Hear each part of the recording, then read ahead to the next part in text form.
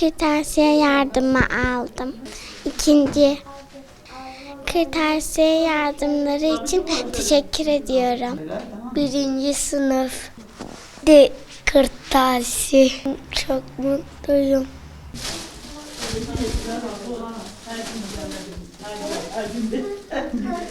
2023-2024 eğitim öğretim yılında yetim kardeşlerimize, yani okula giden yetim kardeşlerimize kırtasiye yardımında bulunmak istedik. Tabii bütün bu yardımları malumunuz hayırsever sponsorlarımızın destekleriyle, katkılarıyla oluyor. Rabbim Celle Celaluhu bütün katkıda bulunan, emeği geçen bütün kardeşlerimizden razı olsun, hayırlarını kabul etsin. Bu kardeşlerimizi sevindirmek hepimizin görevi, hepimizin işi. Çünkü Rabbim Celle Celaluhu Kur'an-ı Kerim'de ne diyor?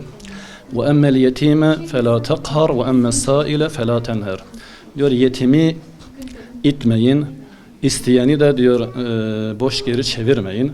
İhtiyacı olan kardeşlerimize yardımda, destekten bulunmak istiyoruz.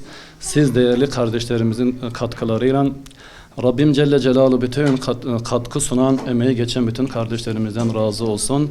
Ve daha da destek olursa inşallah bu faaliyet daha da çoğalıyor. Ve biz bu destekleri de bekliyoruz. Çünkü gerçekten ihtiyaç vardır. İnşallah biz bu konuda hayırsever kardeşlerimizden desteği de bekliyoruz. Rabbim herkesten razı olsun. Bu kardeşlerimize de inşallah hayır, sıhhat, afiyet versin inşallah.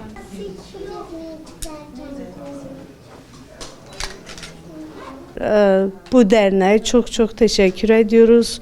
Bize çok yardımcı oluyorlar. Çocuklarımıza kırtasiye malzeme, ben çok mağdur bir aileyim. Hep bana yardım ediyorlar. Erzak konusunda, her konuda bana yardım ediyor. Çok teşekkür ediyorum. Yani bütün hayırsevenlerden bir de bu derneğe. Yetimler Vakfı gönülleri olarak her yıl düzenlediğimiz kırtasiye yardımlarından dolayı bütün halkımıza teşekkür ediyoruz ve bu görevimizi çok zevkle, heyecanla yapıyoruz. Gerçekten mutluyuz. Allah razı olsun hayırseverlerden. Allah kardeşlerimize de sağlık, huzurlu ömürler versin. İnşallah zihin açıklığı olsun.